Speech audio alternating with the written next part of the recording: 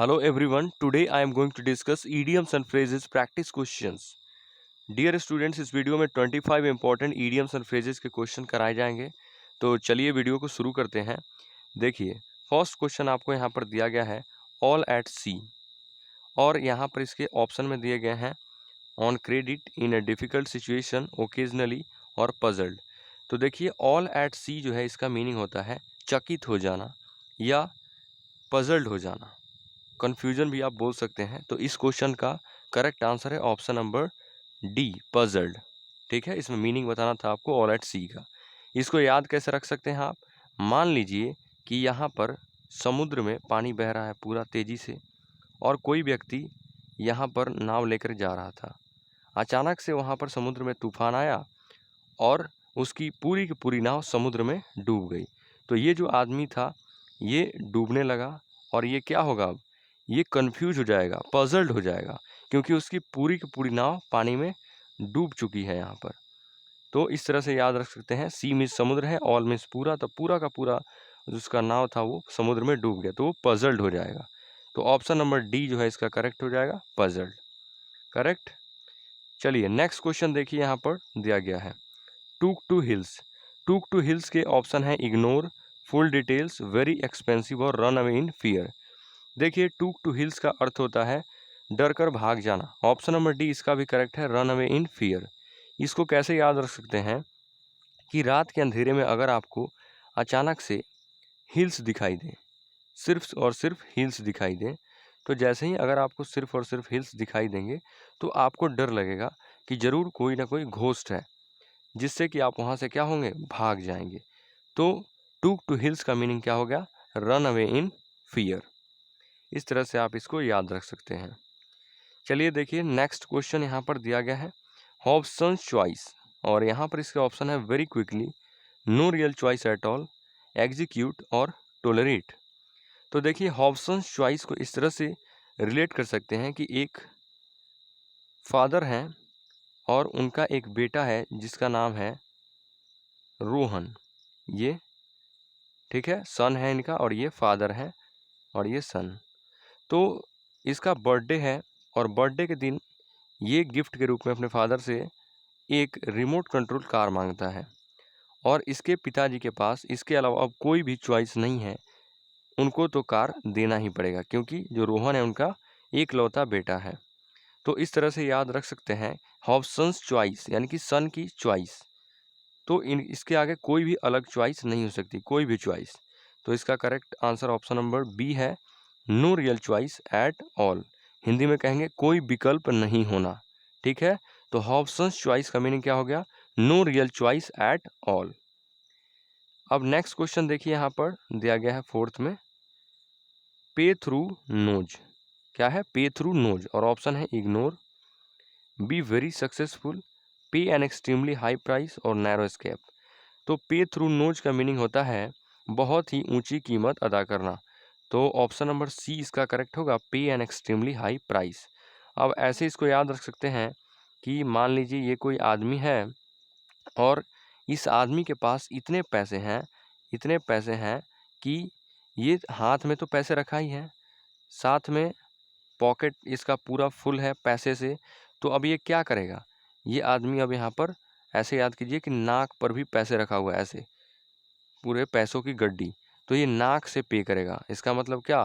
बहुत ज़्यादा पैसे, यानी कि हाई प्राइस को पे करेगा। तो इसका क्या होगा correct answer? Option number C, pay an extremely high price. Correct. Next question देखिए, दिया गया है पांचवा, to eat humble pie. To eat humble pie, और इसके ऑप्शन है eat a lot, to apologise, perplexed और नॉन ऑफ दीज। तो देखिए, हम्बल विनम्र, और पाई एक तरह के मान लीजिए कि एक विनम्रता पूर्वक किसी भी चीज़ को खाना है, ईट। तो आप इसको इस तरह से रिलेट कर सकते हैं, टू ईट हम्बल पाई इसका मीनिंग होता है क्षमा करना, टू अपोलोगाइज। ऑप्शन नंबर क्या होगा? बी इसका करेक्ट आंसर होगा, क्षमा मांगना, माफ़ी मांगना। ठीक है, तो हम्बल यानी कि विनम्र रूप से, हम्बल से आप इसको रिलेट कर सकते हैं। टू ईट हम्बल पाई का मीनिंग हो गया टू अपोलोगाइज यानी कि माफ़ी मांगना। चलिए नेक्स्ट क्वेश्चन देखिए, यहाँ पर दिया गया है वाइट एलिफेंट, और इसके ऑप्शन है an elephant of Thailand, option B है be very important. Option C है कॉस्टली एंड ट्रबलसम पोजीशन, और ऑप्शन डी क्या है, वेरी इजी टास्क। तो देखिए वाइट एलिफेंट का अर्थ क्या हुआ, इसका अर्थ होता है कि एक ऐसी वस्तु जो बहुत ही ज़्यादा कॉस्टली हो, बहुत ही ज़्यादा कीमती हो, लेकिन उसका कोई भी उपयोग नहीं हो, यानी कि बेकार की वस्तु। तो कॉस्टली एंड ट्रबलसम पोजीशन इसका करेक्ट आंसर है। इसको ऐसे याद रख सकते हैं कि मान लीजिए कोई वाइट कलर की एलिफेंट है, असली एलिफेंट नहीं, अब मान लीजिए उसको मिट्टी की जो होती है, तो मिट्टी की जो वाइट एलिफेंट है, ठीक है, वाइट कलर से उसको कलर किया गया है और बहुत ही कीमती है, उसको सिर्फ सजा करके रखा गया है। आप उस पर चढ़ नहीं सकते, घूम नहीं सकते, यानी कि वो क्या है, कॉस्टली है लेकिन बहुत ही ट्रबलसम है, यानी कि उससे कोई फ़ायदा नहीं है, बेकार है। इस तरह से इसको याद रख सकते हैं। नेक्स्ट क्वेश्चन देखिए यहाँ पर 7th, इसमें दिया गया है टॉकिंग थ्रू हैट, और इसके ऑप्शन है talking nonsense, be careful, very quickly and state of confusion. Talking through hat का क्या मतलब हुआ, ये इसका अर्थ होता है बकवास करना, ठीक है, इसका अर्थ क्या हुआ, बकवास करना। टॉकिंग नॉनसेंस इसका correct answer option number A. आप देखिए कैसे याद रख सकते हैं, कोई आदमी है यहाँ पर और ये एक कैप से बातें कर रहा है, यहाँ पर एक कैप है, इस कैप से ये बातें कर रहा है। तो कैप से बातें करेगा तो कैप तो उसका जवाब नहीं देगा, यानी कि वो सिर्फ बक रहा है, उसका कोई भी आंसर नहीं दे रहा है। तो इसका आंसर हो गया टॉकिंग नॉनसेंस, बकवास करना। इस तरह से आप इसको याद रख सकते हैं। नेक्स्ट देखिए दिया गया है put off with, put off with, और इसके ऑप्शन क्या है, appear suddenly, common man, very near और टॉलरेट। तो पुट ऑफ विद का मीनिंग होता है सहन करना, बर्दाश्त करना, जिसका आंसर होगा option number D, tolerate. Put off with का मीनिंग क्या हो गया, टॉलरेट। इसको डायरेक्ट ही याद रखिए, बहुत ईजी है। चलिए नेक्स्ट क्वेश्चन देखिए, यहाँ पर दिया गया है die in harness, die in harness, और इसके ऑप्शन है be unsuccessful, looking very sad, to die while in service और नेवर गिव अप। तो डाई इन हार्नेस इसका मीनिंग क्या होता है कि काम करते समय ही मृत्यु हो जाना, काम करते समय ही मृत्यु हो जाना। तो इसका करेक्ट आंसर है option number C, to die while in service, यानी कि सर्विस करते टाइम ही किसी की मृत्यु होना, तो उसको कहते हैं die in harness. Next question देखिए, यहाँ पर दिया गया है टू स्मेल ए रैट, और इसके ऑप्शन है smell of something, to caught a rat, to meet by chance और टू सस्पेक्ट समथिंग। तो स्मेल ए रैट का मीनिंग होता है किसी भी चीज़ की संदेह होना या किसी गलत काम के होने की महसूस होना, ठीक है। तो इसका करेक्ट आंसर है option number D, to suspect something. अब इसको ऐसे याद रखिए कि कोई भी मान लीजिए यहाँ पर घर है और घर के अंदर कोई भी एक चूहा जो है वो मर गया है, ठीक है, ये कोई चूहा मान लीजिए ऐसे मर गया है। तो चूहा अगर मर गया है तो उसकी स्मेल आ रही होगी और वो चूहा आपको दिखाई नहीं दे रहा है, तो आपको क्या हो रहा है, संदेह हो रहा है कि हाँ चूहा जरूर कहीं ना कहीं मरा है, तो सस्पेक्ट हो रहा है आपको। तो इसी तरह से आप इसको रिलेट कर सकते हैं। टू स्मेल अ रैट का मीनिंग हो गया to suspect something. Next question देखिए, यहाँ पर दिया गया है 11th, इसमें दिया गया है caught no ice, cut no ice, और इसके ऑप्शन है cause of quarrel, to show anger, have no influence, excellent place. Cut no ice का मीनिंग होता है कोई भी प्रभाव नहीं डालना, यानी कि have no influence. Option number C इसका करेक्ट आंसर है। अब देखिए यहाँ पर एक प्रोग्राम चल रहा था जिसमें आइस के टुकड़े को एक ही बार में काट देना था बीचों बीच, लेकिन एक आदमी जैसे ही गया और इसको काटने के लिए हाथ से ऐसे तोड़ना था, तो वो इसको तोड़ नहीं पाया, ऐसे बराबर भागों में इसको तोड़ नहीं पाया। No ice, cut no ice, तो कोई भी इन्फ्लुएंस नहीं हुआ उससे, किसी पर भी कोई प्रभाव नहीं पड़ा। तो इस तरह से याद रख सकते हैं कि कट नो आइस का मीनिंग हो गया हैव नो इन्फ्लुएंस, कोई भी प्रभाव नहीं डालना।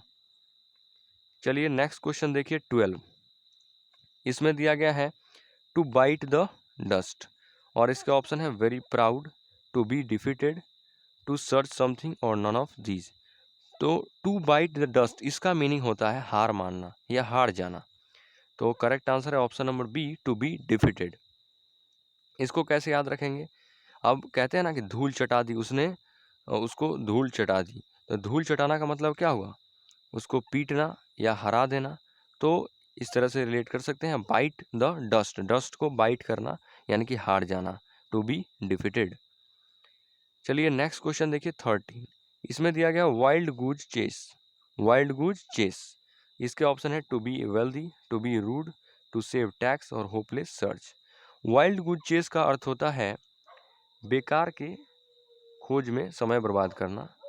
तो इसका क्या आंसर होगा? Option number D, hopeless search या यूजलेस सर्च, बेकार की खोज।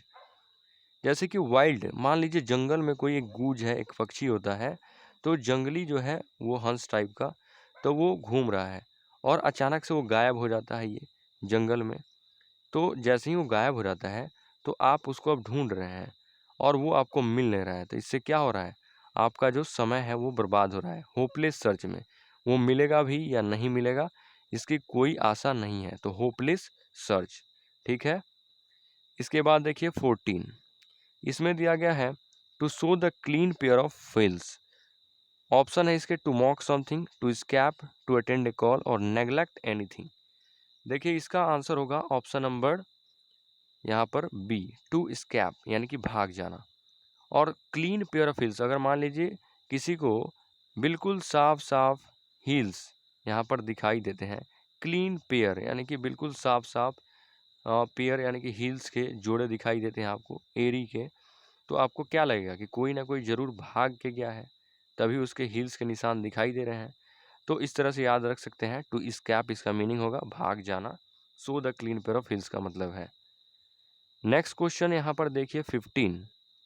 इसमें दिया गया है बटर वंस ब्रीड, और इसका ऑप्शन है build houses without difficulty, to secure comfortable living और to be helped by someone.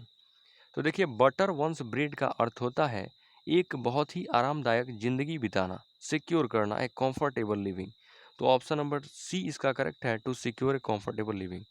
मान लीजिए अगर कोई आदमी है वो सूखी रोटी ऐसे ही खाता है और कोई आदमी जो है वो रोटी के ऊपर यहाँ पर ब्रेड लगा करके खाता है, तो जो ब्रेड लगाएगा यानी कि उसकी जो ज़िंदगी है बहुत ही आराम से कट रही है, बिल्कुल आरामदायक ज़िंदगी है। तो इस तरह से आप याद रख सकते हैं बटर लगाना ब्रेड के अंदर, तो वो हो जाएगा to secure a comfortable living. Next question देखिए 16। इसमें दिया गया है बाई फिट्स एंड स्टार्ट्स, और इसके ऑप्शन है to be extravagant, to search everywhere, speak slowly और irregularly. By fits and start यानी कि कभी फिट पर और कभी स्टार्ट। फिट्स को आप FEETS वाला याद रखिए, फिट यानी कि पैर, तो कभी ये पैरों पर खड़ा होता है और स्टार्ट हो जाता है, कभी फिर से खड़ा होता है फिर स्टार्ट हो जाता है, यानी कि बैठता है खड़ा होता है, यानी कि कैसा काम करता है वो? इरेगुलरली, कॉन्टिन्यूस नहीं कर रहा है, खड़ा हो रहा है फिर बैठ के आराम कर रहा है फिर खड़ा होकर चल रहा है, यानी कि इरेगुलरली। तो इसका करेक्ट आंसर क्या हो जाएगा? ऑप्शन नंबर डी, यानी कि irregularly. By fits and start का मीनिंग होगा। नेक्स्ट क्वेश्चन देखिए 17। 17 में क्या दिया गया है? To caught a Gordian knot, और इसके ऑप्शन है to take revenge, to solve a difficult problem, have nothing to eat और नन ऑफ दीज। तो देखिए cut a Gordian knot, cut a Gordian knot का मीनिंग होता है एक मुश्किल समस्या को हल करना, यानी कि to solve a difficult problem. इसको याद रखिए ऐसे ही, to cut a Gordian knot का मीनिंग क्या होगा? To solve a difficult problem. Next देखिए 18, bolt from the blue. Bolt from the blue, इसका ऑप्शन है a delayed event, an inexplicable event, an unexpected event और एन अनप्लीजेंट इवेंट। तो देखिए bolt from the blue का अर्थ होता है कोई भी आकस्मिक घटना घट जाना अचानक से। तो इसका करेक्ट आंसर है option number C, an unexpected event, जिसकी कोई भी एक्सपेक्ट नहीं की, यानी कि जिसकी कोई भी आशंका नहीं हो, जो अचानक से कोई घटना घट जाए, उसको कहते हैं bolt from the blue. Next question देखिए 19। इसमें क्या दिया गया है? To flog a dead horse. देखिए to flog a dead horse का मीनिंग क्या होता है? इसके ऑप्शन है to make utmost efforts, to feel weak and tired, to be diligent worker और वेस्ट वंस एफर्ट्स। तो देखिए फ्लॉग ए डेड हॉर्स का मीनिंग होता है वेस्ट वंस एफर्ट्स, यानी कि अपने समय को बर्बाद करना, अपने प्रयासों को बेकार करना। जैसे मान लीजिए कोई भी अगर घोड़ा है और वो घोड़ा मर गया है, घोड़ा जो है वो मर गया है, तो मर गया है तो आप उसको कितना भी चाबुक मार लो वो तो उठेगा नहीं, यानी कि आप क्या कर रहे हैं, अपने बेकार के प्रयास कर रहे हैं उस पर, वेस्ट वॉन्स एफर्ट्स। इस तरह से आप इसको याद रखिए। ऑप्शन नंबर डी इसका करेक्ट आंसर है। नेक्स्ट देखिए 20, इसमें क्या दिया गया है, ह्यूमन्स वर्क या ह्यूमन सर्विस जिसको कहते हैं। देखिए ह्यूमन सर्विस, इसके ऑप्शन है medical help, excellent work, social work और हार्ड वर्क। तो देखिए ह्यूमन सर्विस का अर्थ होता है एक उत्कृष्ट कार्य, बहुत अच्छा कार्य, तो जिसको आप कह सकते हैं excellent work. Option number B इसका करेक्ट आंसर है। नेक्स्ट देखिए यहाँ पर दिया गया है 21, इसमें है टू एंड इन स्मोक, और इसका ऑप्शन क्या है, to have a smoking session, to come to nothing, a colourful day या टू मूव स्लोली। तो एंड इन स्मोक का अर्थ होता है टू कम टू नथिंग, यानी कि विफल हो जाना, बर्बाद हो जाना। जैसे मान लीजिए अगर कोई आदमी है वो लगातार स्मोकिंग करता है, तो स्मोकिंग करने से उसके लंग्स वगैरह सब खराब हो जाएंगे, और जिससे वो उसकी जो लाइफ होगी वो ख़त्म हो जाएगी, तो फेल कर जाएगा, यानी कि टू कम टू नथिंग इसका करेक्ट आंसर होगा। नेक्स्ट देखिए 22, इसमें दिया गया है to call it a day, और इसके ऑप्शन है private scolding, fatal day, to postpone work और इन ग्रेट सॉरो। तो कॉल इट ए डे का अर्थ होता है किसी भी काम को स्थगित करना, यानी कि पोस्टपोन करना। तो इसका करेक्ट आंसर है option number C, to postpone work. Next चलते हैं 23, देखिए इसमें दिया गया है गिफ्ट ऑफ द गैब, और इसके ऑप्शन है to be lucky, to win a prize, to take the gift और टैलेंट फॉर स्पीकिंग। तो देखिए गिफ्ट ऑफ द गैब, गैब मीन्स होता है मान लीजिए स्पीकिंग के लिए, और गिफ्ट मतलब तोहफा। तो अगर आपको बोलने के लिए तोहफा मिला है, यानी कि क्या है, आपके पास टैलेंट है स्पीकिंग के लिए, बोलने के, तो बोलने की कला इसका करेक्ट आंसर है option number D. Gift of the gab का मीनिंग होता है talent for speaking, talent for speaking. Next है 24, देखिए हस मनी, और इसके ऑप्शन है to raise a false alarm, to set up a fire, bribe paid to secure silence और none of these. तो देखिए हस मनी, हस मन से होता है हाथ, और मनी यानी कि पैसा। तो हाथ से नीचे से अगर कोई मान लीजिए यहाँ पर टेबल लगा हुआ है, यहाँ पर एक आदमी बैठा हुआ है और इधर एक आदमी बैठा हुआ है, टेबल के नीचे से हाथ से पैसा इसको ये दे रहे हैं, यानी कि क्या कर रहे हैं, उसको चुप कराने के लिए कुछ पैसा दे रहे हैं, रिश्वत दे रहे हैं। तो इसका आंसर होगा रिश्वत देना, bribe paid to secure silence. ठीक है, हस मनी का मीनिंग हो गया bribe paid to secure silence, यानी कि रिश्वत देना। नेक्स्ट देखिए लास्ट है आज का क्वेश्चन, मेडन, यहाँ पर मेडल नहीं है, मेडन स्पीच। क्या है, मेडन। तो मेडन स्पीच यहाँ पर दिया गया है, और इसके ऑप्शन है long speech, first speech, brief speech और इमोशनल स्पीच। तो इस क्वेश्चन का आपको आंसर कमेंट करके हमें बताना है, और अपना स्कोर बताइए कि आपने 25 में से कितने करेक्ट किए। ठीक है, तो वीडियो को लाइक कीजिए, चैनल को सब्सक्राइब कीजिए, एंड जय हिंद।